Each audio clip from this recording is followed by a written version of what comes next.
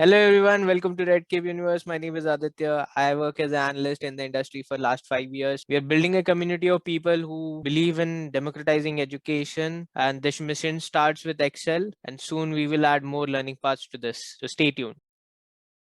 So today we are going to look at VLOOKUP and HLOOKUP. VLOOKUP and HLOOKUP are very simple formulas in Excel. It just helps you to get information from one sheet to another sheet, one data table to another data table, whether that tables are in one sheet or in multiple sheets or one file or multiple files. It does not matter. You just have to have the unique keys on which basis we can identify the information. So to you give an example, we have created one data set. We'll go through how does VLOOKUP implement and how does HLOOKUP gets implemented in Excel. So stay tuned and we'll start with VLOOKUP. So we will go to the VLOOKUP. As its name suggests, VLOOKUP is vertical lookup, where you identify information basis a key value vertically, and HLOOKUP is basically horizontal lookup, where you identify information horizontally. So we have this one data set where we have date timestamp. After every 15 minutes we are recording whatever sales we had in the 15 minutes, and these are the product IDs that are getting sold in those 15 minutes, and that is the quantity. But we don't know what product ID 1 means or 2 means or 3 means, right? We need name against them. So there VLOOKUP can help you or HLOOKUP can help you. So now if your data is distributed vertically into the another sheet, we would be using VLOOKUP. If that data is represent horizontally, we would use HLOOKUP. So now we will go to the master data tab for VLOOKUP. Here we can see one product ID has a 770 sales at 12 o'clock at the night. So this is just an kind of manipulated that data that I have created for this tutorial. So we'll go over here and we see, okay, one means chips and the price is $4. Two means chocolate and that price is $5. Like that, we have 5 different products and we need this information to be populated on this table. uh, and you could simply use one formula and populate all the numbers for all the cells. And you might be thinking it would be very simple, right? If you think of 5, you can just filter and just put that and copy paste it. But if you think that if that number is 2000 or 1000 or 500 or 100 even, for that matter, it would be very tough job to do, right? So that's when why VLOOKUP are most important feature of Excel. So we will start with the lookup values. First, what we will do is we will go to here and we will copy paste this column names, because these are the two columns that we want to bring in the first sheet, right? So once that is done, we will just simply write VLOOKUP. First thing that formula needs is lookup value. I'll just delete this. I'll just say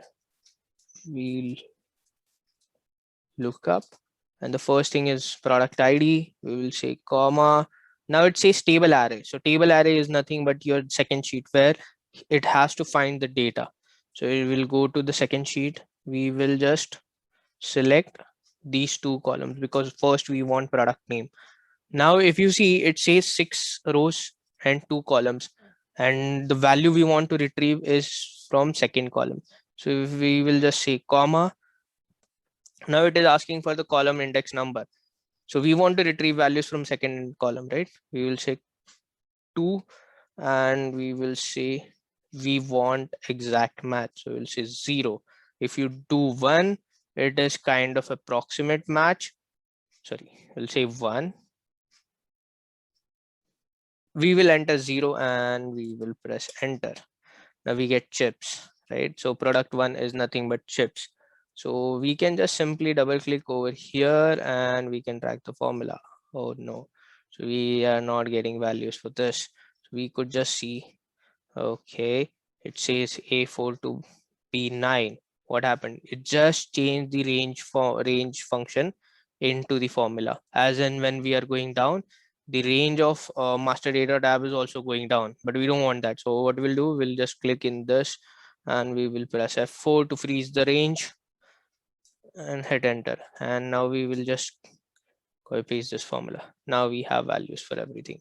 So just by freezing it, it won't move and you will retrieve all the outputs. So now we will do for product price. So again, we can just copy paste this formula, but now we don't get answers because the column has shifted to C. We need to move it back to B because we are looking out information on product B, that is our unique value. And again, it says product 2 because it is A1 to B6, but B6 column and the master data is C. We will do C and we'll do 3 over here and we'll produce the output. So why I'm done that? So if you select the range from here to here, it is 6 rows and third column. That's why we have moved this formula to this, and now we can just copy paste this and we have all the values for product price, right? We can just format this and maybe just put border. Our report looks clean, right? Now we will go to the HLOOKUP. We will see how HLOOKUP is implemented. So now the data set is same, but what if your data distribution is horizontal? So you have something like this. You don't know how to use this. There is one way you can transform this data and do the manual work. But what if we could use it something like this only? What we will do, we will just write H lookup. We'll see lookup value is this. Now we have to give the table array. So table array is nothing but your array of information from which you want to get the value. Now it says row index number. So that is, we'll say 2. Then we'll say comma. Do you want 0 or 1? So we'll want 0, exact match. We'll say close. That is enter. Yeah, we got chips. We'll just copy paste this formula. Again, we did a mistake of not freezing it. What we'll do is we will freeze this cell F4, F4, so that now cells are freezed. And now we will copy paste. Yeah, we got it. Now we'll do the same for here. Again, the Excel is smart. It has changed. Now we'll again move this formula to B, and our column has to be 3, and it can be B2 to F4, or do we need to change that also? We'll just go and see. Yeah, we need not to change it because we have taken the full range, and we just need to change the number, the row number. So in VLOOKUP you give column numbers, in HLOOKUP you give row number. So it's just, you will copy paste this and you have all the information you needed.